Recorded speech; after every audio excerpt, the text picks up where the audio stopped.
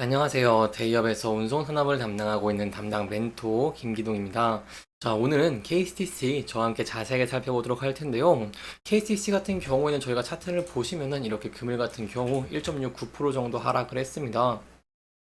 제가 이 부근대에서 반등을 위해서 어떠한 포인트를 지켜봐야 되는지 제가 여러분들에게 자세하게 설명해 드리도록 하고요. 그럼에도 긍정적으로 볼 수 있는 부분이 어떤 게 있냐라고 한다면은 제가 저번 영상에서 여러분들에게 말씀을 드렸던 전에 지지와 저항을 많이 봤던 라인대 부근에서 소폭 지지를 받는 모습을 보여줬다는 것입니다. 제가 여기에 대한 어떠한 대응 전략을 짤 수가 있을지, 그리고 이 SSFI가 하락 전환했는데 여기에 대한 전망과 전략들이 어떨지 여러분들에게 좀 자세하게 설명해 드릴 테니까요. 영상 시청해 주시기 전에 구독과 좋아요 한 번씩만 눌러 주시기를 부탁드리도록 하겠습니다. 일단 계속해서 상승세를 보이던 상하이 컨테이너 운임 지수가 2주 연속 하락을 하면서 이렇게 3,500대로 떨어진 모습을 보였습니다. 왜 이렇게 좀 떨어진 모습을 보였을까요? 이게 14주 만에 떨어진 것인데 여기에 대한 이유는 바로 어떤 게 있냐라고 한다면 한국해양진흥공사에서 이번 주 리포트에서 나왔는데, 리포트 같은 경우에는 선사들의 선복 추가 도입과 신규 서비스 개설 등 이러한 영향으로 북미 서안에서 공급이 확대되면서 운임이 좀 하락했다라고 설명을 드릴 수가 있겠습니다. 이 미주 노선 같은 경우에도 이제 하락폭을 키우면서 2주 연속 하락을 한 모습을 보였다라고 할 수 있겠고요. 특히 미주 동안은 이 1FEU가 있습니다. 이 12m 컨테이너 한 개인데 이 한 개당 9,751달러를 기록을 하면서 전주 대비로 봤을 때 130달러를 하락한 모습을 보였고, 이 미주 서한 같은 경우에는 530달러 하락을 한 7,100달러대를 좀 기록한 모습을 보였다라고 할 수 있겠습니다. 그렇기 때문에 이제 상하이 컨테이너 운임 지수가 하락을 한 모습을 보였고, 이렇게 하락을 하게 된다고 한다면은 이 KST에 있어서 이 실적적인 부분에서 걱정을 할 수 있기 때문에 저희가 어떤 부분들을 좀 지켜봐야 되는지를 제가 좀 자세하게 설명드리도록 하겠습니다. 제가 좀 기대 가능한 포인트들이 몇 가지가 있죠. 일단 지금은 이 8월부터 중국산 제품에 대해서 미국의 관세부가 이거되고 있기 때문에 미국향 중국발 수입량이 증가를 하고 있습니다. 관세 굉장히 많이 붙습니다. 전기차 25%에서 100%, 반도체도 25%에서 50%등 미국에서 중국산 수입품 관세 인상을 발표를 했는데, 이렇게 조치가 시행되기 전에 이 중국 기업들이 미국으로 향하는 컨테이너 선을 좀 계약을 선점을 하면서 이렇게 향후에는 저희가 조금 더 운임이 상승할 수 있지 않을까라는 부분들을 생각해 볼 수 있겠다라고 설명을 드릴 수가 있겠습니다. 또한 저희가 추가적으로 말씀을 드리고 싶은 게, 앞으로 이제 KCC 같은 경우는 기대감이 있죠.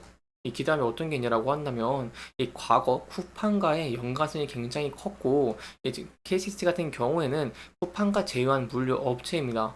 그렇기 때문에 쿠팡의 물류센터 건립이랑 물류 업무를 담당을 하고 있는 모습을 보이고 있는데, 이러한 상황에서 쿠팡과 쿠팡 이츠가 이렇게 2분기에 역대 최대 결제액을 기록을 세웠기 때문에 여기에 대한 수혜도 기대해 볼 수 있는 포인트다라고 설명을 드릴 수가 있겠습니다. 제가 과거의 차트를 좀 본다고 하시면요, 과거 같은 경우에는 이렇게 KCC 같은 경우 과거 쿠팡 뉴 증시 상승 상장 소식에 이렇게 주도급으로 실어낸 모습들을 보여주기도 했고, 그렇기 때문에 여기에 대한 기대감에 대한 여부들은 저희가 함께 좀 지켜봐 주시면 좋을 것 같습니다. 자, 그 다음으로 말씀을 드리고 싶은 게 어떤 게 있냐라고 한다면요, 바로 중국과도 관련이 있습니다. 최근에 이 시커머스 더 큰 폭으로 증가를 하고 있는 모습을 보이고 있는데, 이렇게 된다고 한다면은 이 상하이 컨테이너 운임 지수가 더 상승할 가능성이 있기 때문에 여기에 대한 내용도 좀 살펴보도록 하겠습니다. 최근에 중국 전자상거래 업체들이요, 이렇게 폭발적으로 성장하는 모습을 보였죠. 수출액을 보시면은 3,900억 위안에서 4,480억 위안으로 이렇게 1년 사이에 큰 폭으로 증가를 하는 모습을 보이기도 했습니다. 그렇기 때문에 이렇게 폭발적으로 성장을 하면서 아시아 출발로서는 화물 점유율이 크게 상승을 했습니다. 중국에서.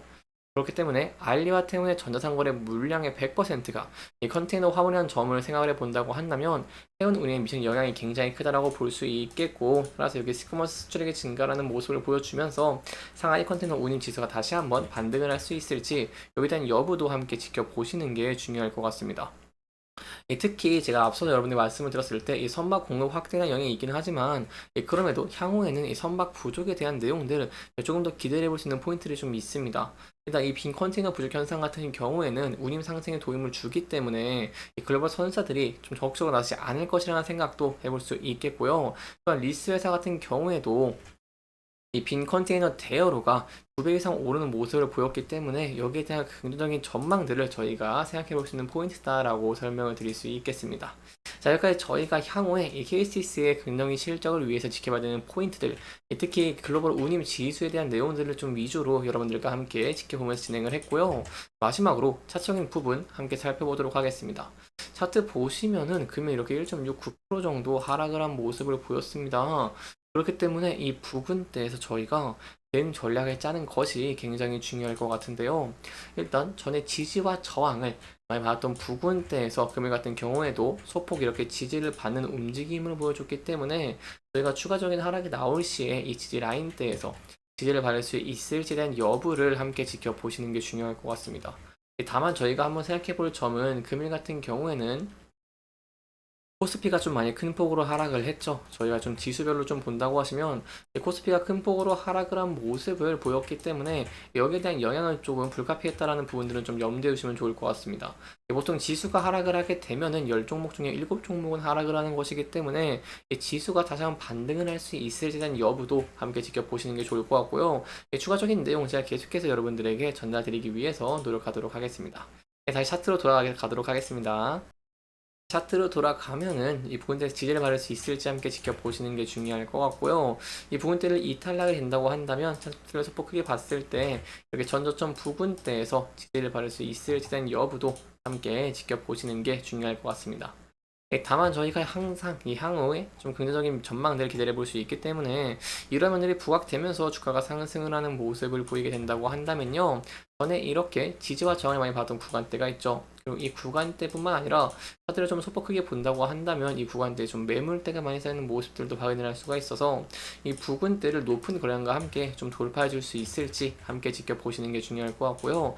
추가적으로 업사이드가 전에 지지와 저항을 받은 구간까지 열려있다는 부분은 소폭은 염두에 두시면 좋을 것 같습니다. 이렇게 이번 영상에서는요, 저희가 향후 KTC의 긍정적인 실적을 기대하기 위해서 이 어떠한 포인트를 지켜봐야 되는지 좀 알아봤습니다.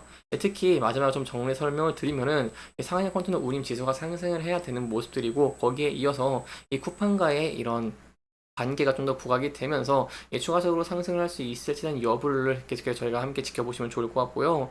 이번 영상은 여기에 대한 내용들을 좀 간단하게 짚으면서 진행을 했습니다. 따라서 해당 영상은 개인적인 의견이 많이 들어갔기 때문에 투자자분들의 주관적인 생각과 해당 내용을 토대로 현명한 선택을 하시면 좋을 것 같고요. 영상 잘 보셨다면 좋아요와 구독 부탁드리면서 오늘 영상 마무리하도록 하겠습니다. 끝까지 시청해주셔서 감사합니다.